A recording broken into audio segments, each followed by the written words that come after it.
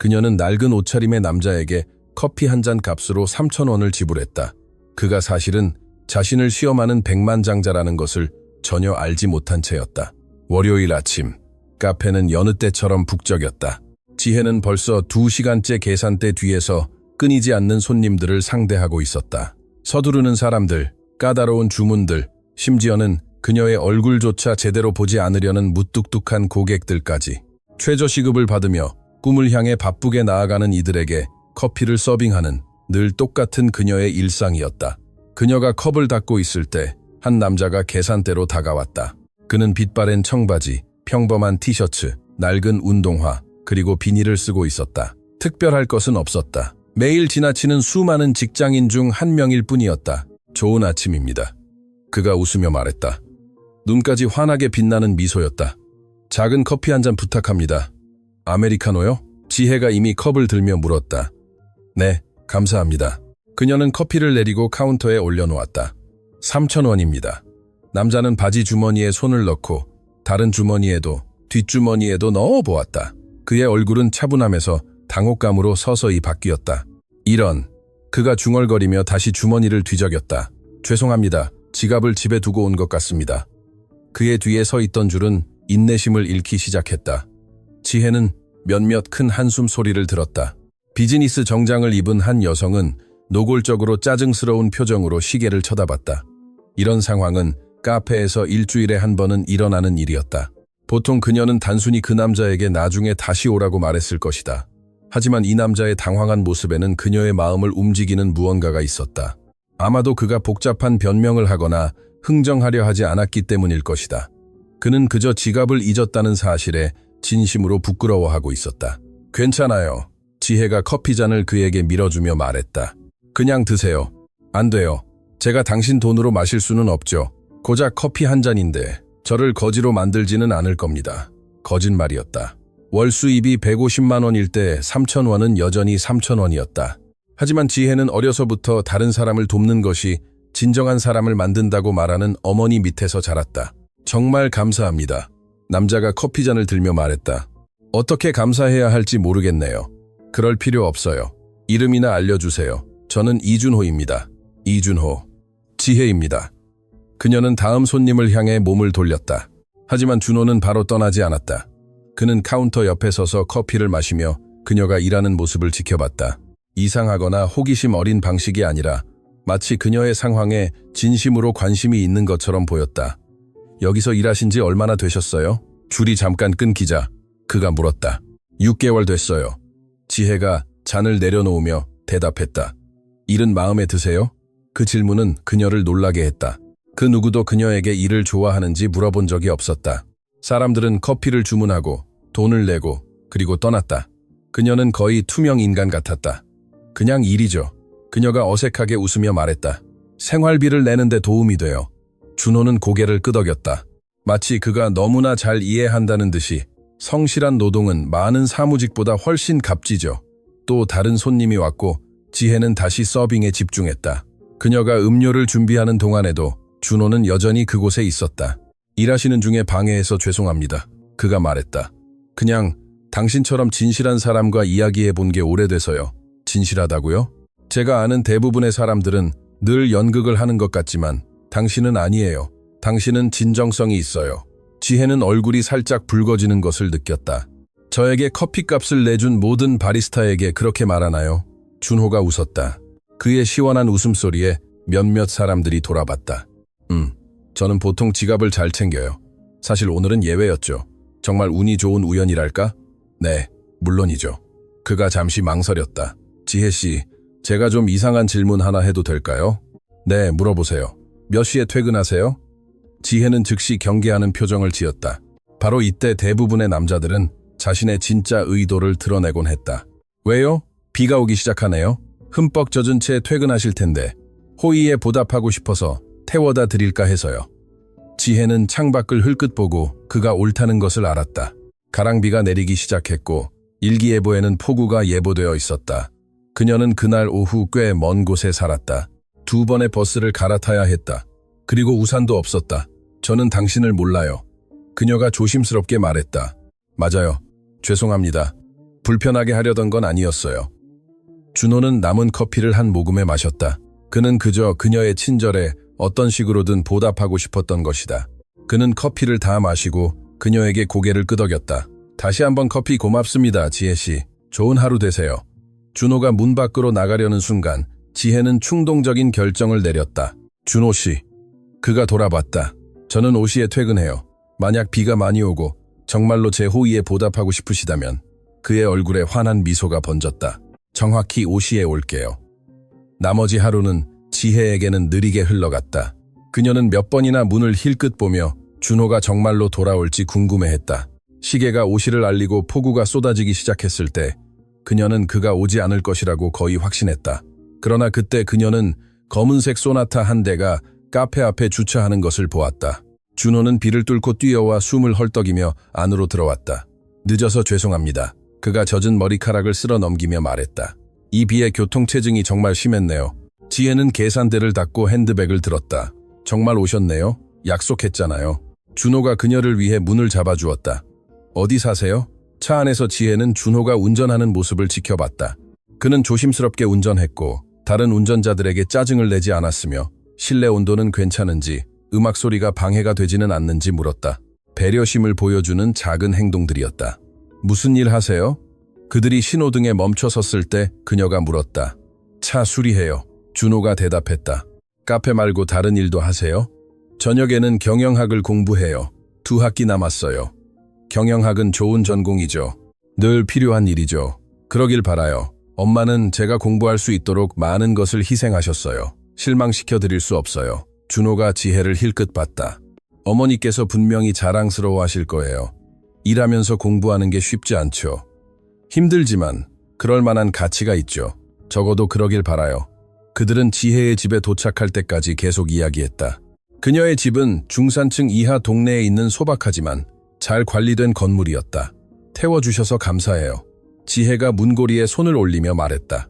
아침 식사 고마웠어요. 준호가 망설였다. 지혜씨, 제가 좀 이상하게 들릴지 모르는 질문 하나 더 해도 될까요? 오늘은 이미 하나 물어봤고 괜찮았잖아요. 그녀가 웃었다. 내일 출근 전에 저랑 커피 마실 수 있을까요? 이번에는 제가 살게요. 지혜는 그의 얼굴을 지켜봤다. 준호는 처음 데이트를 신청하는 10대처럼 초조하게 대답을 기다리는 듯 했다. 또 지갑을 잊었어요? 그녀가 농담했다. 아니요, 내일은 꼭 챙길게요. 그럼 좋아요. 몇 시예요? 지혜씨 편한 시간에요? 7시 30분. 그럼 제가 출근하기 전에 이야기할 시간이 있을 거예요. 좋아요. 내일 봐요. 지혜는 숨길 수 없는 미소를 지으며 계단을 올라갔다. 오랫동안 느껴보지 못한 유쾌한 설렘이었다. 준호는 그녀가 아는 다른 남자들과 달랐다. 소박하고 성실하며 예의 바른 남자였다. 그녀는 자신이 마을에서 가장 부유한 남자의 관심을 끌었다는 사실을 전혀 알지 못했다. 준호는 차 안에 앉아 3층 불이 켜지는 것을 볼 때까지 지켜봤다. 수년 만에 처음으로 누군가가 자신이 누구인지 모른 채 그에게 친절을 베풀었다. 낯선 사람을 돕기 위해 자신의 주머니에서 3,000원을 꺼내어 아무것도 기대하지 않았다. 그는 시내로 차를 몰고 갔지만 집으로 가는 대신 20층짜리 유리 건물 앞에 멈춰섰다. 제복을 입은 경비원이 그에게 정중하게 인사를 건넸다. 안녕하십니까, 이 대표님. 오늘 늦게까지 계시는 겁니까? 아, 김대리. 그는 사적인 일이었다고 얼버무렸다. 안녕히 계세요. 엘리베이터 안에서 준호는 지혜를 생각했다.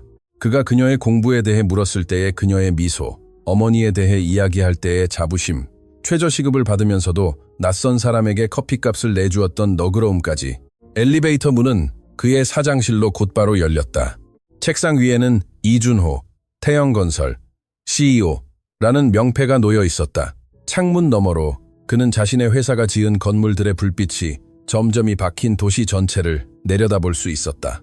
5년 만에 그는 제국을 건설했다. 태영건설은 이 지역에서 가장 큰 프로젝트들을 담당하고 있었다. 그는 평생 써도 다 못 쓸 만큼 많은 돈을 가지고 있었다. 하지만 돈으로 살 수 없는 것도 있었다. 외로움, 그의 건강에 대해 묻는 척하는 여자들, 이기적인 친구들, 일자리를 잃을까봐 두려워 일하는 동료들. 오늘 그는 지혜를 만났다. 학비를 벌기 위해 열심히 일하는 여자, 낯선 사람을 위해 재정적으로 희생한 여자. 그를 평범한 사람처럼 대하고 그가 무슨 일을 하는지, 얼마나 버는지 묻지 않는 여자. 준호는 전화를 들어 비서를 불렀다. 김 비서, 내일 오전 9시까지 내 회의 전부 취소해요. 하지만 이 대표님, 일본 투자자들과 회의가 있으십니다. 오후로 미뤄요. 그리고 김 비서, 내일 아침에 내가 어디 있는지 물으면 작업실에 있다고 말해요. 기술적으로는 거짓말이 아니었다.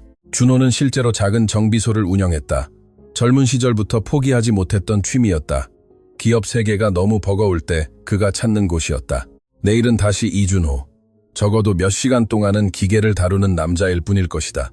내일, 다음 날 아침, 지혜는 15분 일찍 카페에 도착했다. 그녀는 자신에게조차 인정할 수 없었지만 준호를 다시 만나는 것을 정말 기대하고 있었다. 밤새 그녀는 차 안에서 나눴던 대화, 그가 얼마나 조심스럽게 운전했는지, 그녀의 공부에 대한 그의 진심 어린 관심에 대해 생각했다. 7시 30분 정각, 준호가 문에 나타났다. 이번에는 단정하지만 깔끔하게 다림질된 셔츠를 입고 머리는 단정하게 빗어 넘겼으며 그녀의 심장을 알 수 없는 이유로 뛰게 만드는 미소를 지었다. 좋은 아침입니다. 그가 카운터로 다가오며 말했다. 커피 2잔 주문해도 될까요? 한 잔은 저를 위한 거고 다른 한 잔은 이 도시에서 가장 친절한 바리스타를 위한 거죠. 지혜는 웃었고 얼굴이 붉어지는 것을 느꼈다. 재치 있네요. 제가 커피를 만들고 당신은 제 휴식 시간까지 기다리는 건 어때요? 좋아요. 그녀는 라테 2잔을 만들고 카운터를 떠났다. 그녀의 김 팀장님은 8시가 돼서야 왔기 때문에 그녀에게는 약 20분의 여유 시간이 있었다. 나가서 앉을까요? 준호가 제안했다. 카페에는 인도의 테이블과 의자가 있었다. 햇볕은 약했지만 쾌적한 아름다운 아침이었다. 그들은 파란색 금속 테이블에 앉았다. 준호는 조심스럽게 그녀의 커피잔을 앞에 놓았다. 밤에 잘 주무셨어요? 그가 물었다. 네, 잘 잤어요. 준호 씨는요? 준호는 커피에 설탕을 저으며 약간 초조해 보였다. 지혜 씨, 제가 개인적인 질문 하나 해도 될까요? 어느 정도 개인적인 질문인지에 따라 다르겠지만요. 왜 카페에서 일하세요? 제 말은 당신은 경영학을 공부하고 있잖아요. 똑똑하고요. 회사에서 인턴십을 신청할 수는 없나요? 지혜가 한숨을 쉬었다. 그것은 그녀 자신이 매일 스스로에게 묻는 질문이었다. 인턴십을 시도해봤지만 대부분 무급이거나 아주 적은 급여를 줬어요. 저는 저와 엄마를 먹여 살리기 위해 일해야 해요. 적어도 카페는 안정적인 수입을 주죠. 알겠습니다. 그럼 어머니는요? 엄마는 시골에 사세요. 연금이 아주 적어요. 아빠는 제가 15살 때 돌아가셨는데 막대한 빚을 남기셨어요. 엄마는 제가 교육을 받고 더 나은 삶을 살 기회를 가질 수 있도록 모든 것을 하셨죠. 준호는 그녀를 매우 주의 깊게 지켜봤다. 지혜가 가족에 대해 이야기하는 방식에는 그의 마음을 깊이 움직이는 무언가가 있었다. 진정한 사랑, 진정한 감사함이었다. 그녀는 부모님이 최신차를 사주지 않거나 유럽 여행 비용을 대주지 않는다고 불평하는 그가 아는 사람들과는 달랐다. 어머니께서 당신을 매우 자랑스러워 하실 거예요. 그러길 바라요. 때때로 제가 더 많은 것을 이루지 못했다는 죄책감을 느껴요. 아시겠어요? 엄마는 너무 많은 것을 희생하셨어요. 당신은 일하면서 공부하고 있어요. 그것만으로도 대단한 일이죠. 그리고 졸업하면 어머니께서 당신을 위해 하신 모든 것에 보답할 수 있을 거예요. 그것이 어머니께서 삶에서 가장 원하는 것일 겁니다. 그들은 지혜가 다시 일하러 가야 할 때까지 계속 이야기했다. 준호는 몇 분 더 머물며 커피를 마시고 그녀가 손님들을 서빙하는 모습을 지켜봤다. 그녀는 자연스러운 전문성, 심지어 무례하게 그녀를 투명인간 취급하는 사람들에게도 진심 어린 미소를 보여주었다. 이제 가야겠어요. 그녀에게 잠시 여유 시간이 생기자 그가 말했다. 일이 기다리고 있죠. 커피 고마웠어요. 내일 이 시간에 오실 수 있나요? 지혜는 다시 유쾌한 설렘을 느꼈다. 그럼요. 그날 이후로 준호는 매일 아침 7시 30분에 카페에 오기 시작했다. 그는 늘 커피 2잔을 주문했고 늘 그녀의 휴식 시간까지 기다려 이야기를 나눴다. 지혜는 이 순간들에 익숙해졌고 하루 중 가장 좋은 부분으로 여겼다. 무슨 일 하세요? 그녀가 어느 날 오후에 물었다. 거의 2주 동안 매일 만난 후였다. 준호는 잠시 망설였다. 수리, 유지보수, 그런 종류의 일이죠. 시내 근처에 있는 작업실에서 일해요. 일은 마음에 드세요? 네, 좋아해요. 손으로 일하고 문제를 해결하고 노력의 결과를 보는 것. 정말 만족스러운 일이죠. 지혜가 미소 지었다. 자신이 정말 좋아하는 일을 하는 건 분명 멋진 일일 거예요. 저는 아직 제가 인생에서 무엇을 하고 싶은지 알아내려고 노력 중이에요. 구체적인 꿈이 있으세요? 어떤 것이든 선택할 수 있다면 무엇을 하고 싶으세요? 그 질문은 그녀를 놀라게 했다. 그 누구도 그녀에게 자신의 꿈에 대해 물어본 적이 없었다. 사람들은 그녀를 단순한 바리스타로 보고 그 이상 아무런 야망도 없다고 생각했다. 네, 있어요. 그녀가 천천히 말했다. 언젠가 제 회사를 열고 싶어요. 작은 사업체들을 위한 경영 컨설팅 회사요. 재능과 아이디어는 있지만 행정 절차를 이해하지 못하는 사람들을 돕는 거죠. 준호는 몸을 앞으로 숙였다. 어떤 종류의 컨설팅에 정말 흥미가 있으세요? 재무 조직, 전략 계획, 기본적인 법률 문제요. 많은 사람들이 경영 지식 없이 사업을 시작하고 결국 핵심 역량 부족이 아니라 조직 부족으로 문을 닫게 되거든요. 그것은 훌륭하고 매우 필요한 꿈이네요. 하지만 그냥 꿈일 뿐이죠. 지혜가 어깨를 으쓱했다. 회사를 시작하려면 초기 자본이 필요해요. 저에게는 없는 실질적인 경험도 필요하고요. 인맥도 필요하죠. 이 모든 것이 시간과 인내를 통해 얻어지는 것들이잖아요. 안정적인 삶을 사는 사람에게는 말하기 쉽죠. 그녀가 농담했지만 목소리에는 약간의 슬픔이 섞여 있었다. 준호는 진지해졌다. 지혜씨, 제가 제안 하나 해도 될까요? 어떤 제안이요? 제가 일하는 작업실의 고객인 작은 사업체 사장님들을 몇 분 알고 있어요. 몇몇 분들이 방금 말씀하신 문제들로 불평을 하시더군요. 제가 그분들에게 지혜씨를 소개해드리는 건 어때요? 프리랜서로 시작해서 경험을 쌓을 수 있잖아요. 지혜는 놀란 눈으로 그를 바라봤다. 정말 그렇게 해주실 거예요? 그럼요. 왜 안 되겠어요? 왜냐하면 우리가 아는 지 2주밖에 안 됐잖아요. 왜 제 실력을 보증하려 위험을 감수하세요? 준호는 그녀의 눈을 똑바로 바라봤다. 이 2주 동안 저는 몇 달 동안 다른 누구와도 이야기한 것보다 더 많이 당신과 이야기했어요. 저는 당신이 어떤 사람인지 알아요, 지혜씨. 정직하고 성실하고 똑똑하죠. 어떤 회사든 당신을 갖게 된다면 행운일 거예요. 그의 말에 지혜의 심장이 더 빨리 뛰었다. 준호씨, 정말 멋진 제안이지만 제가 당신의 인맥을 실망시키면 어떡해요? 제가 일을 감당하지 못하면 어떡해요? 할 수 있어요. 그리고 혹시 의심이 든다면 배우면 되죠. 모든 것이 거기서부터 시작되는 거예요. 어떻게 감사해야 할지 모르겠어요. 고마워할 필요 없어요. 바쁜 낯선 사람에게 커피값을 내준 사람에게 제가 할 수 있는 최소한의 일이죠. 지혜는 웃었지만 깊이 감동했다. 오랫동안 처음으로 누군가가 자신을 진정으로 믿어주고 자신이 한계만 보았던 곳에서 잠재력을 봐준다고 느꼈다. 제가 물어봐야 할 게 하나 있어요. 그녀가 잠시 후 말했다. 뭔데요? 왜 이런 일을 하시는 거죠? 저를 돕는 것이 왜 그렇게 중요하세요? 준호는 시선을 피하며 커피를 저었다. 왜냐고요? 왜냐하면 당신처럼 진실한 사람을 만나본 게 오래돼서요. 제가 아는 대부분의 사람들은 그가 말을 멈췄다. 마치 너무 많은 것을 말하고 있다는 것을 깨달은 듯이. 제가 아는 대부분의 사람들은 관심이 없어요. 말도 안 돼요. 준호 씨, 그냥 대부분의 사람들이 돈, 지위, 겉모습에만 관심이 있고 당신은 그렇지 않다고 말할 수 있잖아요. 당신은 진정으로 중요한 것들에 관심을 가져요. 가족, 꿈, 친절함. 지혜는 이 말에 감동했다. 당신도 마찬가지예요. 그렇지 않았다면 매일 여기에 와서 저를 돕겠다고 제안하지 않았을 거예요. 가끔 저는 두 개의 다른 삶을 사는 것 같아요. 준호가 조용히 말했다. 직장에서는 제가 특정 인물이 되어야 하는 삶, 그리고 여기 당신과 함께 있을 때는 제가 저 자신이 될 수 있는 삶. 무슨 뜻이에요? 준호는 자신이 의도했던 것보다 더 많은 것을 드러냈다는 것을 깨달은 듯했다. 아니요, 너무 복잡해요. 지혜씨, 시간 좀 봐요. 그가 급히 일어섰다. 저 일하러 가야 해요. 내일 봐요. 물론이죠, 준호씨. 내일 봐요. 그는 서둘러 떠났고 그녀는 혼란스럽고 불안한 상태로 남겨졌다. 그의 서두름, 대화를 계속하지 않으려는 방식에는 뭔가 잘못된 점이 있었다. 그는 무언가를 숨기고 있는 듯했다. 그날 밤 대학에서 지혜는 강의에 집중할 수 없었다. 그녀는 그들의 대화, 자신의 직업에 대한 준호의 이상한 반응, 그리고 그의 도움 제안에 대해 생각했다. 그게 진실일까? 그는 정말로 그녀에게 기회를 줄 수 있는 사람들을 알고 있는 걸까? 아니면 그저 예의 바르게 행동하며 자신이 할 수 없는 일을 약속하고 있는 걸까?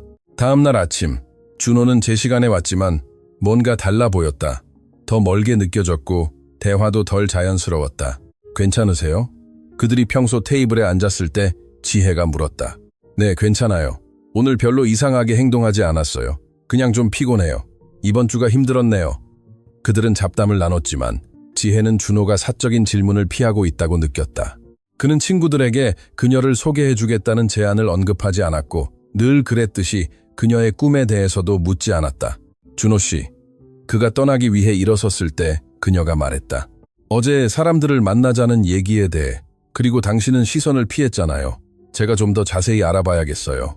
아마 제가 생각했던 것만큼 간단하지 않을지도 모르겠네요.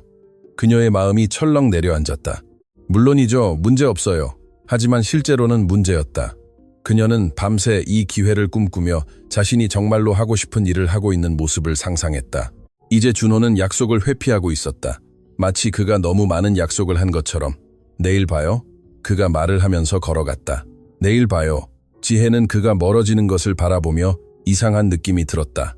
준호에 대해 뭔가 의심스러운 점이 있었다. 그의 직업에 대해 말하는 방식, 늘 모호하고 늘 화제를 바꾸는 것, 그가 매일 아침 출근할 수 있게 해주는 유연한 일정, 정비소에서 일한다고 주장하는 사람치고는 늘 깨끗하고 단정한 옷차림, 그리고 이제 지켜지지 않는 약속들.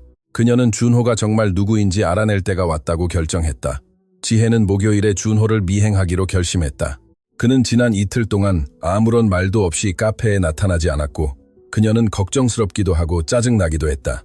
그에게 무슨 일이 생겼을까봐 걱정스럽고 그의 존재에 익숙해졌는데 이제는 버려진 기분이 들어 짜증이 났다. 퇴근 후 대학에 가는 대신 시내로 가는 버스를 탔다. 준호는 시내 근처 작업실에서 일한다고 했으니 그를 찾는 것이 어렵지 않을 것이라고 생각했다. 그녀는 새 블록 반경 안에 있는 5군데의 자동차 정비소를 찾아갔다. 가는 곳마다 그녀는 이준호에 대해 물었고 그의 외모를 묘사했지만 아무도 그를 알지 못했다. 마지막 정비소 중 한 곳에서 정비공이 크게 웃었다. 그녀가 잘 관리된 차에 대해 언급하자 자존심 있는 정비공은 새 차를 몰지 않아요. 우리는 다른 사람들의 쓰레기를 고치죠. 새 차 살 돈이 없어요. 지혜는 심장이 두근거리는 것을 느끼며 떠났다. 준호가 정비공이 아니라면 그는 누구일까? 왜 그녀에게 거짓말을 했을까? 퍼즐 조각들이 맞춰지기 시작했고 그녀는 전혀 좋아하지 않는 그림을 만들어냈다. 유연한 일정, 깔끔한 옷차림, 잘 관리된 차, 그리고 나중에 철회된 도움 제안. 아마 그는 그저 부유하고 한가한 남자일 뿐일 것이다. 여자들에게 접근하기 위해 노동자인 척 가장하여 자신을 즐겁게 하는, 아마도 그녀의 정직함에 감탄했다는 모든 이야기는 거짓말일 것이다. 아마도 그는 그녀의 뒤에서 비웃고 있었을 것이다. 금요일, 준호는 아무 일도 없었다는 듯 카페에 나타났다. 입가에는 미소를 띠고 평소처럼 커피 2잔을 주문했다. 하지만 지혜는 가장할 기분이 아니었다. 어디에 있었어요? 그가 카운터로 다가오자 그녀가 물었다. 직장에서 문제가 생겨서 해결해야 했어요. 준호는 정말로 당황한 표정이었다. 연락 못 드려서 죄송합니다. 걱정하실 줄 몰랐어요. 걱정 안 했어요. 지혜가 거짓말했다. 그냥 아무 말도 없이 사라지는 게 이상해 보였어요. 맞아요. 다음엔 꼭 연락드릴게요. 그들은 테이블에 앉았지만 대화는 어색하고 가식적이었다. 지혜는 준호를 주의 깊게 관찰하며 단서를 찾았다. 출장은 어땠어요? 그녀가 물었다. 지루했어요. 회의, 서류 작업, 온갖 것들. 준호가 커피를 한 모금 마셨다. 흥미로운 건 하나도 없었어요. 정비소에서 회의요? 준호는 잠시 멈췄다. 장비 공급 업체들과요. 그의 대답은 미리 준비된 듯 가식적으로 들렸다. 지혜는 그를 시험하기로 결심했다. 준호 씨, 제가 하나 물어봐도 될까요? 네.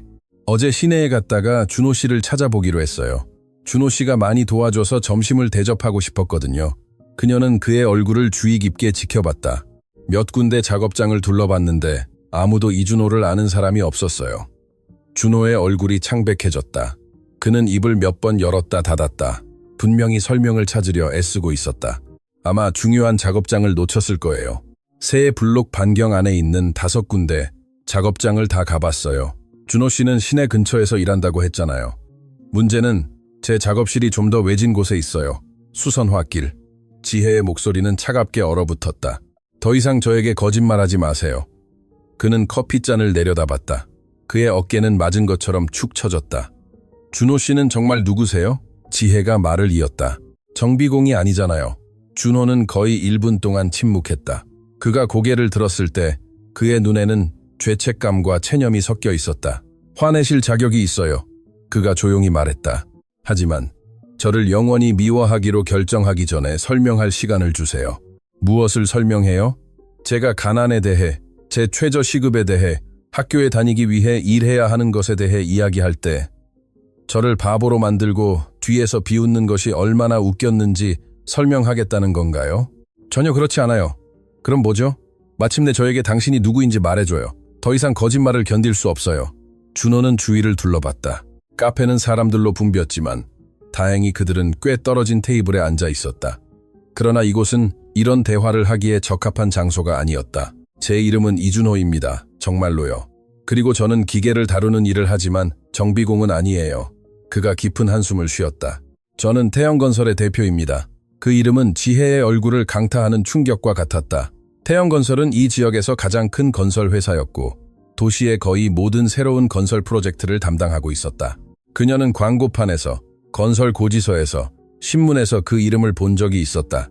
그 대표는 정비공이 아니었다. 그는 백만장자였다. 지금 저 놀리는 거죠? 그녀가 속삭였다. 준호는 주머니에서 지갑을 꺼내 명함을 찾아 그녀에게 건넸다. 이준호, CEO. 지혜는 떨리는 손으로 명함을 받았다. 진짜였다. 고급 종이, 양각 로고, 시내 주소. 그녀 앞에 앉은 남자는 그녀가 생각했던 성실한 노동자가 아니었다. 그는 마을에서 가장 부유한 사람들 중 한 명이었다. 이해가 안 돼요.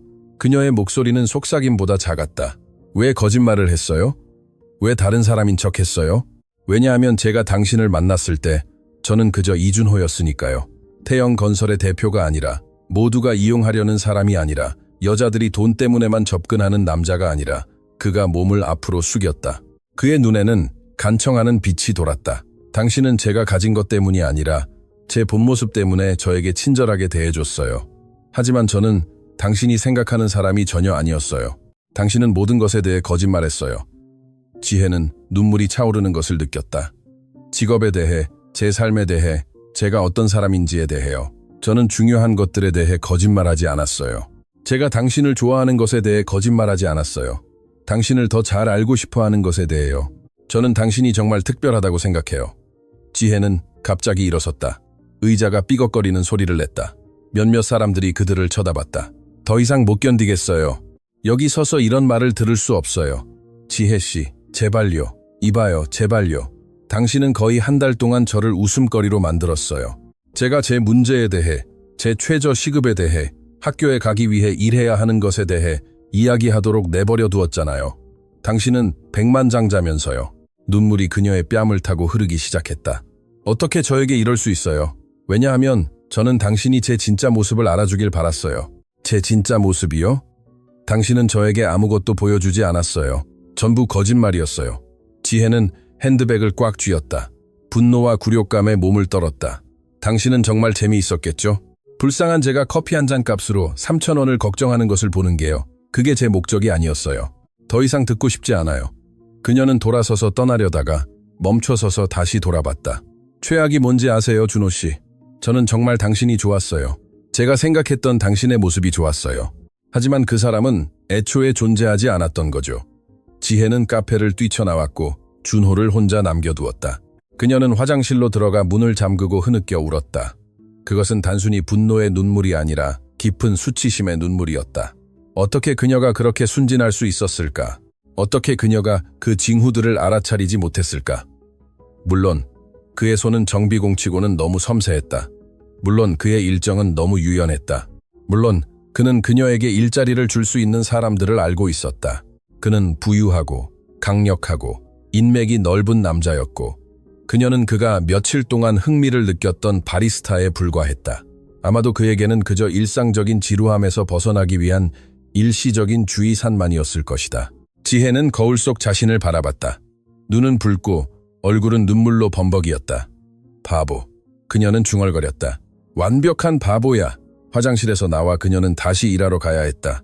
손님들을 서빙하고 미소 짓고 아무 일도 없었던 척해야 했다. 하지만 김 팀장님은 뭔가 잘못되었다는 것을 알아차렸다. 지혜씨, 얼굴이 안 좋아요. 무슨 일 있어요? 아무것도 아니에요, 김 팀장님. 그냥 좀 피곤해요. 혹시 오늘 일찍 퇴근할 수 있을까요? 재현이가 당신을 대신할 수 있을 거예요. 지혜는 동의했다. 준호가 나타나는 곳에 하루 더 머무는 것을 견딜 수 없었다. 완전히 지쳐버린 기분으로 정상인 척할 수 없었다. 집에 도착하자마자 그녀는 침대에 쓰러져 눈물이 마를 때까지 울었다. 그리고는 천장을 응시하며 무슨 일이 일어났는지 이해하려고 노력했다. 준호는 부자였다. 아주 부자였다. 그런데 어떤 이유로 그녀에게 접근하기 위해 가난한 척을 하기로 결정했다. 왜? 백만장자가 바리스타에게서 무엇을 원할까? 아마도 그것은 어떤 종류의 강박관념일 것이다. 아마도 그는 노동계급 여성을 유혹하는 것을 즐기고 있을 것이다. 아마도 그것은 그의 부유한 친구들과의 내기였을지도 모른다. 전화가 울렸다. 모르는 번호였다. 안녕하세요, 지혜씨. 준호입니다. 끊지 말아주세요. 그녀는 거의 즉시 전화를 끊었지만 그의 목소리에서 뭔가 때문에 망설였다. 무슨 일이에요? 이번에는 거짓말 없이 모든 것을 명확하게 설명하고 싶어요. 이미 설명을 들었어요. 당신은 시작 부분만 들었어요. 제가 끝까지 말하게 해주세요. 이 기회를 주세요. 지혜는 호기심과 분노가 뒤섞인 채 침묵했다. 제 전화번호는 어떻게 알았어요? 그녀가 마침내 물었다. 카페 데이터베이스에서요. 알고 있어요. 사생활 침해예요. 하지만 당신과 이야기해야만 했어요. 또 거짓말이네요. 그럼 당신은 그저 평범한 사람, 이준호라고 말하지만 원할 때마다 직원 개인 기록을 뒤져볼 수 있다는 거네요. 지혜씨, 제가 가장 화나는 게 뭔지 아세요? 당신이 돈에 대해 거짓말한 것이 아니라 당신이 저를 사회 실험 대상으로 당신이 관찰하고 싶은 동물원 동물처럼 대했다는 거예요. 절대 그런 의도가 아니었어요. 그럼 뭐죠? 백만장자가 왜 정비공인 척 매일 바리스타와 이야기하기로 결심했는지 설명해줘요. 그중 어떤 부분이 당신의 우월감에 관한 것이 아니에요? 준호는 너무 오랫동안 침묵해서 그녀는 그가 기절했는지 궁금했다. 화낼 자격이 있어요. 그가 마침내 말했다. 당신이 말하는 모든 것이 맞아요. 저는 거짓말했고 당신의 사생활을 침해했어요. 저는 당신을 제 실제 삶으로부터의 도피처로 여겼어요. 그의 잔인한 솔직함은 그녀를 놀라게 했다. 하지만 그것은 제가 우월감을 느끼고 싶어서가 아니었어요. 그저 제가 평범한 사람이 되고 싶었기 때문이었어요. 그의 목소리가 떨렸다. 지혜씨, 지난 5년 동안 저를 찾아온 모든 사람들은 무언가를 원했어요. 돈, 호의, 기회, 심지어 제 가족조차도 필요할 때만 저를 찾아왔어요. 그것이 당신이 저에게 거짓말할 권리를 주나요? 아니요, 절대 아니에요. 그것은 완전히 이기적인 행동이었어요. 준호는 잠시 멈췄다. 하지만 당신은 제가 누구인지 모른 채 저에게 친절하게 대해준 수년 만의 첫 번째 사람이었어요. 옳은 일이기 때문에 커피값을 내주고 무언가를 얻기 위해서가 아니라 이야기하고 싶어서 저와 이야기해준 사람. 지혜는 다시 눈물이 차오르는 것을 느꼈다. 그래서 제가 당신을 좋아하는 것을 알았을 때 당신은 이 연극을 계속해서 저를 얼마나 속일 수 있는지 보려고 결정한 건가요? 아니요. 당신이 저를 좋아하는 것을 알았을 때 저는 겁이 났어요. 왜냐하면 저도 당신을 정말 좋아했으니까요. 그리고 저는 당신이 진실을 알게 되면 저를 미워할 것이라는 것을 알았어요. 당신 말이 맞았네요. 맞아요. 그리고 저는 그럴 자격이 있어요. 그들은 다시 침묵했다. 지혜는 전화 반대편에서 그의 숨소리를 들을 수 있었다. 그녀는 그의 목소리에서 진정한 감정을 감지했지만 그것이 그가 몇 주 동안 그녀에게 거짓말했다는 사실을 바꾸지는 않았다. 준호 씨, 저는 더 이상 계속할 수 없어요. 일어난 일 후에 당신을 믿을 수 없어요. 그냥 이것만 알아줬으면 해요. 제 감정은 진심이었어요. 다른 모든 것은 가짜였지만요. 하지만 당신에 대한 제 감정은 진심이었어요. 모든 것이 가짜인데 어떻게 그걸 믿을 수 있죠? 믿을 수 없을 거예요. 그리고 저는 이해해요. 준호가 깊은 한숨을 쉬었다. 지혜씨, 저는 당신을 내버려 둘게요. 더 이상 카페에 가지 않을 거고 더 이상 전화하지 않을 거예요. 하지만 당신을 만난 것이 수년 만에 제게 일어난 최고의 일이었다는 것을 알아줬으면 해요. 그리고 정말 미안합니다. 전화는 끊겼다. 준호가 전화를 끊었다. 지혜는 여전히 전화를 들고 있었고 가슴에 이상한 공허함을 느꼈다. 그녀의 일부는 그가 진심이었다고, 그가 정말로 그녀를 아꼈다고 믿고 싶었다. 하지만 모든 것을 거짓으로 꾸민 사람을 어떻게 믿을 수 있을까?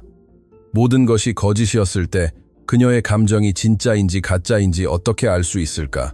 지혜가 준호에 대한 진실을 알게 된 지 3주가 흘렀다. 카페에서 그를 만나는 기쁨이 사라진 공허한 아침들이 3주 동안 이어졌다. 그가 없으면 더 잘 지낼 것이라고 스스로를 설득하려 노력했지만 그렇지 않았다. 그녀가 거짓말을 한 준호를 미워하려고 아무리 애써도 그들이 공유했던 진심 어린 순간들을 잊을 수 없었다. 그녀의 꿈에 대한 이야기를 들어주던 방식, 그녀의 공부에 대한 진심, 어린 관심, 돈 때문이 아니라 마음에서 우러나오는 듯한 친절함까지. 모든 것이 가짜였을까? 그렇게 오랫동안 그렇게 능숙하게 연기할 수 있는 사람이 있을까? 어느 날 오후, 지혜가 단골 손님에게 커피를 내주고 있을 때 뒤에서 익숙한 목소리가 들렸다. 실례합니다. 그녀가 돌아보자 우아한 50대 여성이 보였다. 잘 차려입었지만 화려하지 않았다. 그 여성의 얼굴에서 뭔가 익숙한 느낌이 들었지만 지혜는 누구인지 기억해낼 수 없었다. 지혜 씨 맞으시죠? 여성이 물었다. 네, 맞아요. 무엇을 도와드릴까요? 제 이름은 박선영이에요. 준호 엄마입니다. 지혜의 심장이 잠시 철렁했다. 제가 무엇을 도와드릴까요? 가능하다면 제 아들에 대해 이야기하고 싶어요. 지혜는 주위를 둘러봤다. 카페는 꽤 한산했다. 김 팀장님은 사무실에 있었다. 15분 휴식 시간을 가질 수 있어요. 저쪽에 앉을 수 있어요. 그들은 준호와 지혜가 자주 이야기하던 바로 그 테이블로 갔다. 선영은 커피를 주문하고 지혜에게 말을 걸기 전에 잠시 그녀를 바라봤다. 준호는 제가 여기 온 것을 몰라요. 선영이 말했다. 사실 저는 무슨 일이 일어났는지 알고 나서 그에게 당신을 찾지 말라고 했어요. 선영 씨, 제가 먼저 말하게 하지 마세요. 선영은 커피에 설탕을 저었다. 준호는 제게 모든 것을 이야기했어요. 거짓말에 대해, 정비공인 척한 것에 대해, 당신이 어떻게 진실을 알게 되었는지에 대해요. 지혜는 할 말을 잃은 채 고개를 끄덕였다. 그는 또한 당신이 그에게 돈이 없을 때 얼마나 친절하게 대해주었는지, 매일 그와 이야기하고 그가 평범한 사람처럼 느끼게 해주었다는 것도 말했어요. 선영 씨, 이 이야기는 하고 싶지 않아요. 지혜 씨, 제가 제 아들에 대한 이야기를 해드려도 될까요? 선영은 대답을 기다리지 않았다. 준호는 가난하게 자랐어요. 그의 아버지는 건설 노동자였고 저는 가정부였어요. 그가 16살 때 그의 아버지는 작업장에서 사고로 돌아가셨어요. 준호는 가장이 되었죠. 지혜는 놀랐다. 그것은 그녀가 예상했던 이야기가 아니었다. 그는 낮에는 일하고 밤에는 공부했어요. 18살 때 그는 작은 건설 회사에 취직했어요. 그는 하루 16시간씩 일하며 배울 수 있는 모든 것을 배웠어요. 선영은 자랑스럽게 미소 지었다. 5년 만에 그는 파산 직전에 회사를 인수하여 주에서 가장 큰 회사 중 하나로 만들었죠. 감동적인 이야기지만 왜 이 이야기를 저에게 해주시는지 모르겠어요. 왜냐하면 당신이 그의 배경을 이해하길 바라기 때문이에요. 준호는 부유하게 태어나지 않았어요. 그는 자신의 노력으로 모든 것을 스스로 일궈냈죠. 선영은 몸을 앞으로 숙였다. 하지만 그 과정에서 그는 중요한 한 가지를 잃었어요. 다른 사람을 신뢰하는 능력. 무슨 뜻이에요? 돈이 생기자마자 사람들이 모두 변했어요. 어릴 적 친구들은 부탁을 하기 시작했죠. 그가 가난했을 때는 거들떠보지도 않던 여자들이 관심을 보이기 시작했어요. 심지어 먼 친척들까지 도움을 청하러 나타났죠. 지혜는 선영이 무엇을 말하려는지 이해하기 시작했다. 지난 5년 동안 제 아들에게는 진정한 친구가 한 명도 없었어요. 그에게 접근하는 모든 사람들은 이용하려 했죠. 선영은 한숨을 쉬었다. 당신을 만나기 전까지는요. 하지만 그는 처음부터 저에게 거짓말했어요. 그는 두려워서 거짓말했어요. 당신도 다른 사람들처럼 변할까봐 두려웠던 거예요. 선영이 지혜의 손을 잡았다. 아가씨, 당신은 수년 만에 그가 누구인지 모른 채 그에게 친절하게 대해준 첫 번째 사람이에요. 돈 때문이 아니라 친구가 되고 싶어서 그와 이야기해준 사람. 지혜는 눈물이 차오르는 것을 느꼈다. 하지만 그 모든 거짓말 후에 어떻게 그를 믿을 수 있죠?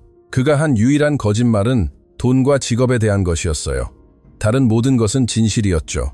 당신의 공부에 대한 그의 관심, 당신의 꿈에 대한 그의 감탄, 당신과 함께 있을 때의 그의 감정, 모든 것이 진실이었어요. 어떻게 그렇게 확신하세요? 선영이 미소 지었다. 저는 제 아들을 32년 동안 알고 있었고 그가 당신에 대해 말하는 방식처럼 다른 어떤 사람에 대해서도 말하는 것을 들어본 적이 없어요. 그는 사랑에 빠졌어요, 지혜 씨. 그리고 그는 아주 많이 고통받고 있어요. 그가 고통받고 있다고요? 지혜는 놀라움을 금치 못했다. 지난 3주 동안 그는 제대로 먹지도 못하고 잠도 제대로 못 자고 잊기 위해 하루 16시간씩 일했지만 잊을 수가 없었대요. 선영이 멈췄다. 어제 그는 저에게 당신을 만나서 이야기를 들어달라고 부탁했어요. 저는 거절했죠. 왜요? 제가 말했죠. 만약 당신이 용서를 받고 싶다면 직접 얻어내야 한다고요. 하지만 오늘 그가 너무 고통받는 것을 보고 저는 마음을 바꿨어요. 선영이 지혜의 손을 꽉 잡았다. 저는 당신에게 그를 용서하라고 요구하는 것이 아니에요. 저는 그저 최소한 들어달라고 부탁하는 거예요. 지혜는 흐르기 시작하는 눈물을 닦았다. 제가 사적인 질문 하나 해도 될까요? 네. 그가 그리우세요? 그 질문은 핵심을 찔렀다. 지혜는 지난 3주 동안 그것을 부정하려고 노력했다. 그가 그리워요. 그녀가 조용히 인정했다. 아주 많이요. 그렇다면 아마 시도해볼 가치가 있을 거예요. 비록 당신의 감정을 확인하기 위해서라도요. 선영은 일어서서 테이블에 커피값을 놓았다. 오늘 밤 그는 취미로 사용하는 정비소에 있을 거예요. 수선 확일 347번지. 그는 늘 8시부터 10시까지 거기에 있어요. 그는 낡은 차들을 고치죠. 그곳이 그가 유일하게 쉴 수 있는 곳이에요. 왜 저에게 이걸 말해주시는 거죠? 제 아들은 설명할 기회를 가질 자격이 있고 당신은 그를 포기하기로 결정하기 전에 모든 진실을 들을 자격이 있기 때문이에요. 선영은 떠났지만 몇 걸음 뒤에 돌아섰다. 지혜씨, 제가 엄마로서 조언을 좀 해드려도 될까요? 물론이죠. 때로는 사람들이 다른 사람을 해치기 위해서가 아니라 소중한 것을 지키기 위해 거짓말을 해요. 준호는 당신을 잃을까봐 두려워서 거짓말했어요. 변명은 아니지만 설명은 되죠. 그날 밤 지혜는 대학 건물 앞에서 1시간 동안 왔다 갔다 하며 집으로 갈지 선영이 알려준 주소로 갈지 망설였다. 그녀의 일부는 준호를 영원히 잊고 나아가고 싶어 했다. 다른 일부는 답을 원했다. 8시 30분 그녀는 수선화길 347번지 앞에 서 있었다. 그것은 백만장자 회사의 건물과는 전혀 다른 작은 작업장이었다. 창문 너머로 그녀는 준호가 낡은 폭스바겐 비틀의 엔진에 숙이고 있는 것을 보았다. 그는 낡은 티셔츠와 기름때 묻은 청바지를 입고 있었다.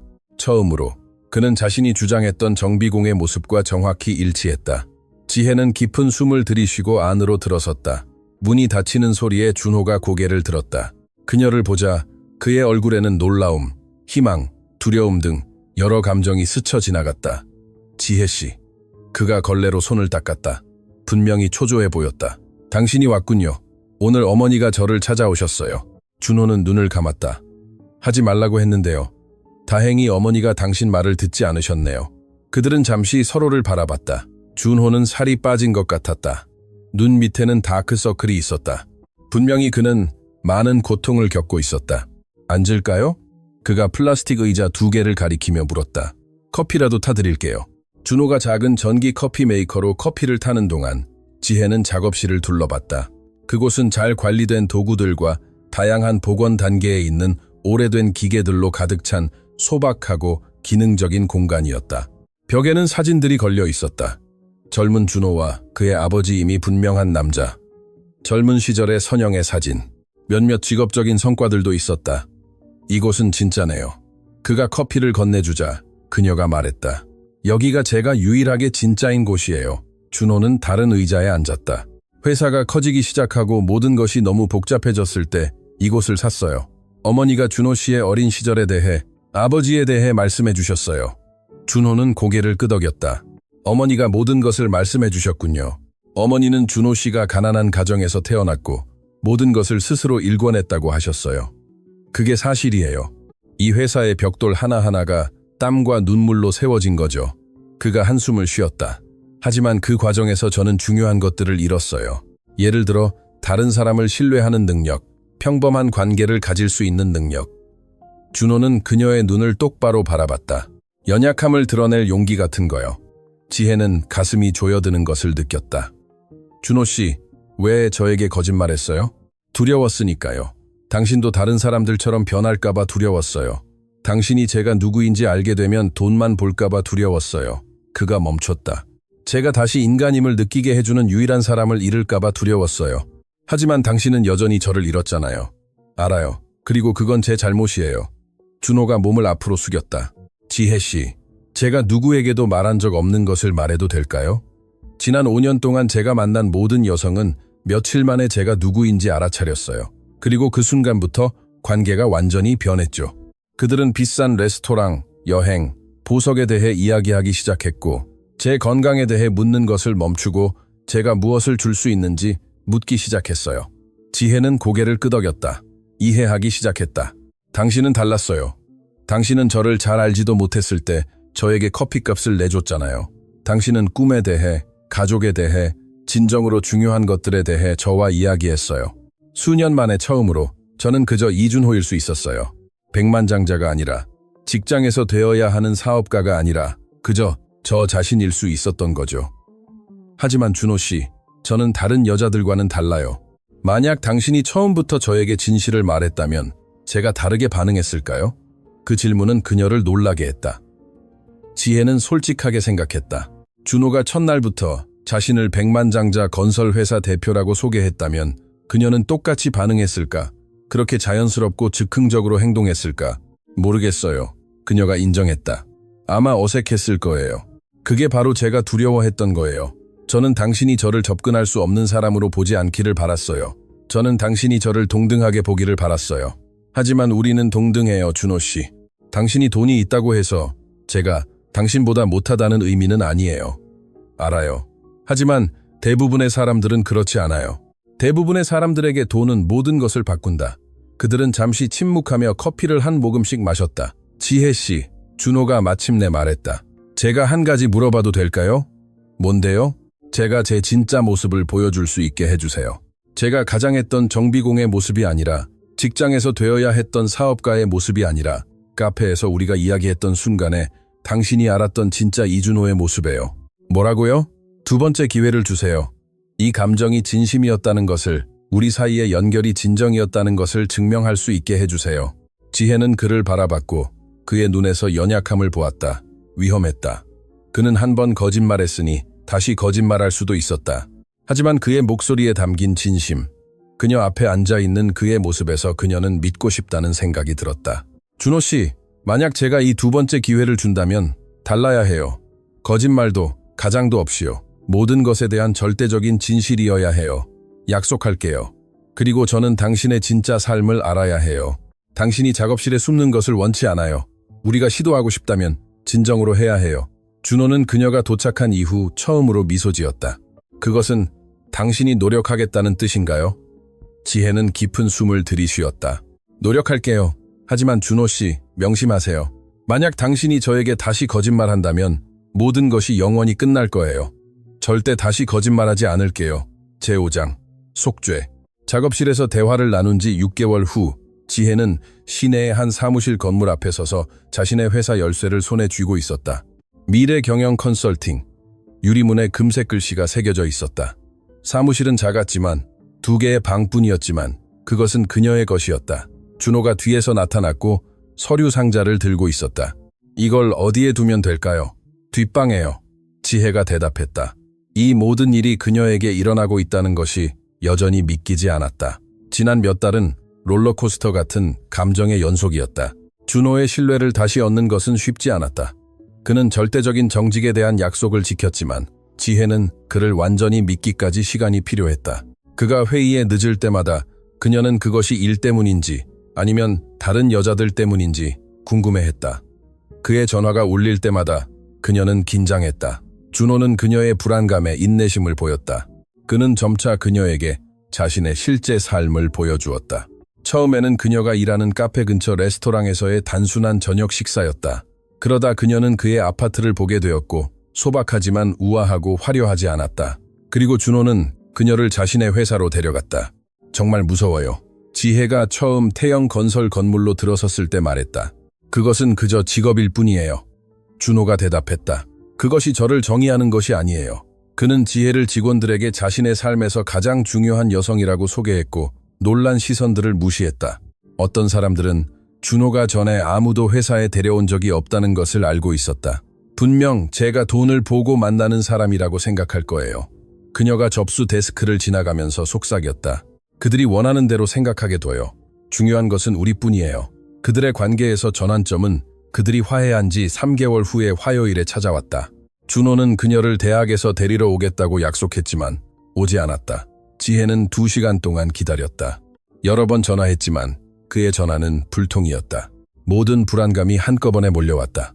그는 그녀에게 실증이 났고 더 흥미로운 사람을 찾았을 것이다. 정직에 대한 약속은 그저 거짓말일 뿐이었다. 지혜는 완전히 낙담한 채 집으로 돌아왔고 관계를 영원히 끝낼 준비가 되어 있었다. 그녀가 아파트 문을 열었을 때 그녀는 준호가 소파에 의식을 잃고 높은 열에 시달리는 것을 보았다. 준호 씨, 그녀는 그에게 달려가 그의 이마를 만졌고 뜨겁게 달아올라 있었다. 그는 간신히 눈을 떴다. 지혜씨, 미안해요. 전화하려고 했는데. 조용히 해요. 병원에 가야 해요. 준호는 심각한 감염으로 3일 동안 침대에서 일어나지 못했다. 지혜는 병원에서 그를 간호했고 아플 때 그가 얼마나 나약한지, 헛소리를 할 때 그녀를 부르는 것을 목격했다. 왜 여기 있어요? 그는 열이 내린 어느 날 밤 물었다. 제 말은 왜 떠나지 않았냐고요? 제가 대학에 오지 않았을 때 당신은 제가 다시 거짓말했다고 생각하고 모든 것을 끝낼 수도 있었잖아요. 지혜가 그의 손을 잡았다. 차이점은 이제 저는 당신의 진짜 모습을 안다는 거예요. 저는 당신이 합당한 이유 없이는 그러지 않을 거라는 것을 알아요. 어떻게 확신할 수 있죠? 지난 3개월 동안 당신은 매일 말로가 아니라 행동으로 제가 당신이 변했다는 것을 보여줬으니까요. 바로 그 순간 지혜는 준호를 진심으로 용서했다는 것을, 그를 다시 믿게 되었다는 것을, 그의 실수에도 불구하고가 아니라 그의 실수를 받아들이면서 그를 사랑한다는 것을 깨달았다. 2주 후 준호는 지혜의 삶을 영원히 바꿀 방식으로 그녀에게 청혼했다. 경영 컨설턴트가 되는 꿈 기억나요? 그가 아침 식사 중에 물었다. 기억나요. 뭐요? 왜 그걸 현실로 만들지 않아요? 지혜가 웃었다. 준호 씨, 우리 이 얘기 했었잖아요. 당신 돈을 가져갈 수 없어요. 공짜로 돈을 주겠다는 게 아니에요. 저는 파트너십을 제안하는 겁니다. 어떤 파트너십이요? 준호는 흥분하여 몸을 앞으로 숙였다. 태영건설은 수백 개의 작은 사업체와 관계를 맺고 있어요. 공급업체, 하청업체, 지역 상인들이요.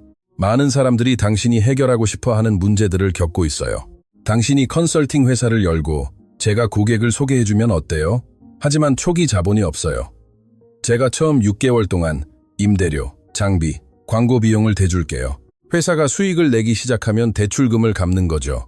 만약 잘 안 되면 그냥 당신 남자친구로부터 받은 선물이라고 생각해요. 지혜는 멈춰서서 제안을 심사숙고했다. 단순히 돈을 빌리는 것과는 달라요. 준호가 말을 이었다. 이것은 사업 파트너십이에요. 저는 저의 파트너들에게 소개해줄 컨설턴트 전문가를 갖게 되니 이기고, 당신은 꿈을 현실로 만들고 있으니 이기는 거죠. 그리고 만약 잘 안 돼서 제가 당신에게 돈을 갚지 못하면 당신은 저에게 저녁 몇 번 대접받을 거고 우리는 그냥 넘어가는 거죠. 심사숙고 끝에 지혜는 제안을 받아들였다. 준호의 돈이 필요해서가 아니라 그녀가 늘 꿈꿔왔던 기회를 보았기 때문이다. 그리고 6개월 후 그녀는 자신의 회사 문 앞에 서 있었다.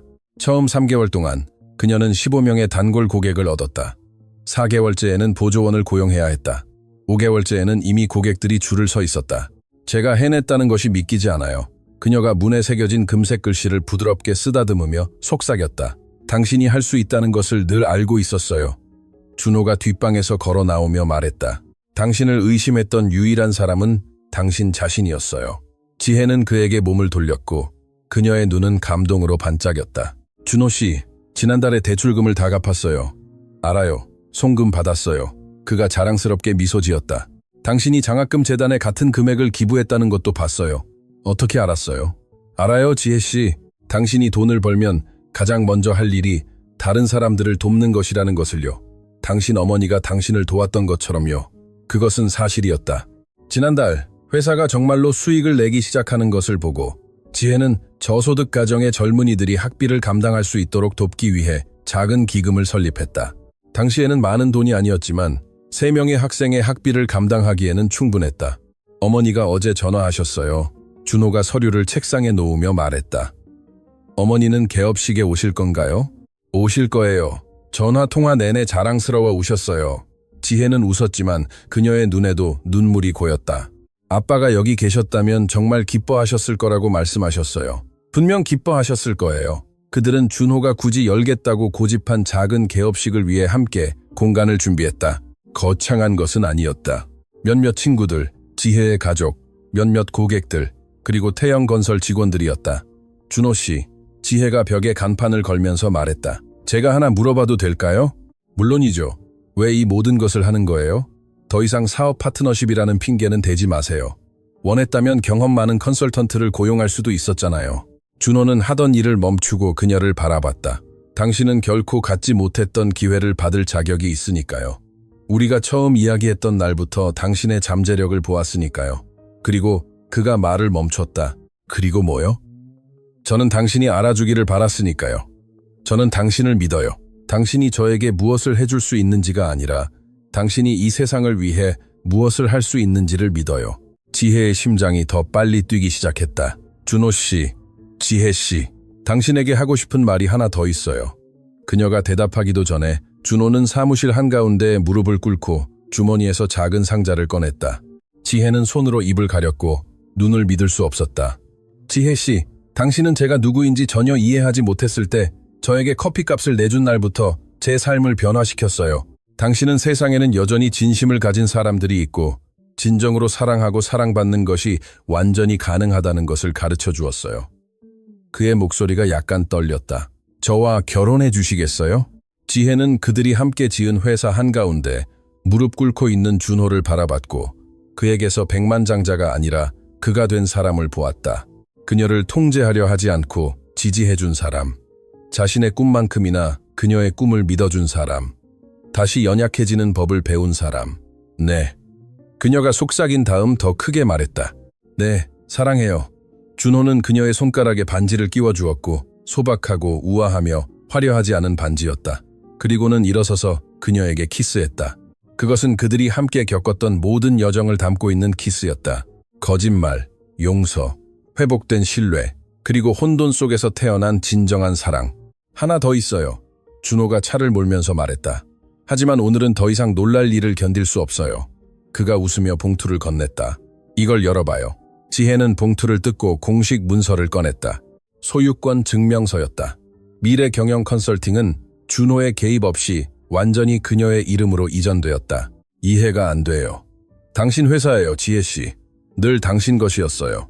당신이 만들었고, 당신이 운영했고, 당신이 고객을 유치했죠.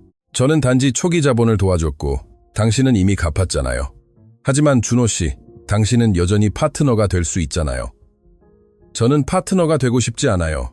저는 당신의 남편이 되고 싶어요. 저는 당신이 완전히 당신만의 무언가를 갖기를 원해요. 당신이 부유한 사업가의 아내이기 때문에 이것을 얻었다고 아무도 말할 수 없게요. 지혜는 울었다. 슬픔 때문이 아니라 말로 표현할 수 없는 깊은 감사함 때문이었다. 준호는 그녀를 믿었을 뿐만 아니라 자신을 증명하는 데 필요한 모든 도구를 그녀에게 주었다. 고마워요. 그녀가 눈물 속에서 간신히 말했다. 모든 것에 대해 고마워요. 두 번째 기회를 줘서 고마워요. 세상에는 여전히 좋은 사람들이 있다는 것을 가르쳐줘서 고마워요. 개업식은 소박했지만 완벽했다. 선영은 준호가 지혜를 바라보는 것을 보고 울었다. 지혜의 어머니는 딸이 그렇게 행복한 것을 본 적이 없다고 계속 반복했다. 회사 고객들은 지혜가 어떻게 자신의 사업을 구원했는지 서로 이야기하려고 애썼다. 그녀의 절친한 친구가 된 카페의 김 팀장님은 준호와 지혜가 모두에게 보여준 것에 대해 건배했다. 때로는 가장 좋은 이야기들이 단순한 친절한 행동에서 시작된다는 것을요. 6개월 후 지혜와 준호는 그들이 만났던 바로 그 카페에서 작은 결혼식을 올렸다. 카페 사장님은 단골 손님들에게 가게 문을 닫고 가족과 가까운 친구들만 들어오게 하겠다고 고집했다. 모든 것이 여기에서 시작되었어요. 지혜가 신부님을 기다리며 준호에게 말했다. 모든 것이 당신의 마음에서 진정으로 시작되었죠. 준호가 대답했다. 당신이 낯선 사람에게 친절하게 대하기로 결정한 그 순간부터요. 그리고 당신 자신의 마음에서 당신이 저에게 진실을 말하기로 결정한 그 순간부터요. 그들은 소박하지만 깊이 있는 서약을 교환했다. 준호는 다시는 거짓말하지 않겠다고, 다시는 자신이 아닌 사람이 되려고 하지 않겠다고 약속했다. 지혜는 다시는 두려움이 그녀가 마음껏 사랑하는 것을 막지 못하게 하겠다고 약속했다. 두 사람은 우리에게 중요한 것을 가르쳐 주었어요. 선영이 축사에서 말했다. 돈은 중요하지 않다는 것을요. 중요한 것은 너그러운 마음과 사랑하는 사람에게 자신의 연약함을 드러낼 용기를 갖는 것입니다. 오늘 결혼 3년 후 지혜는 이 지역에서 가장 존경받는 컨설팅 회사 중 하나를 운영하고 있다. 그녀는 15명의 직원을 두고 있으며 6개월간의 대기자 명단을 가지고 있다. 그녀가 설립한 장학금 재단은 50명 이상의 젊은이들이 교육을 받을 수 있도록 도왔다. 준호는 태영건설을 계속 경영하지만 자신의 접근 방식을 바꿨다. 그는 사회 프로그램을 시행하고 저렴한 주택 프로젝트를 만들고 더 많은 여성을 리더십 직책에 고용하기 시작했다. 당신은 저를 더 나은 사람이 되고 싶게 만들었어요. 그가 말했다. 당신은 늘 좋은 사람이었어요, 준호 씨.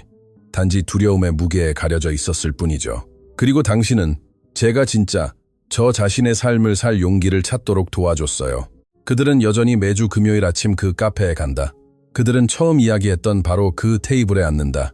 가끔 지혜는 커피를 마시는 준호를 힐끗 보며 그를 처음 만났을 때 지갑을 잊어버려 당황했던 그를 기억한다.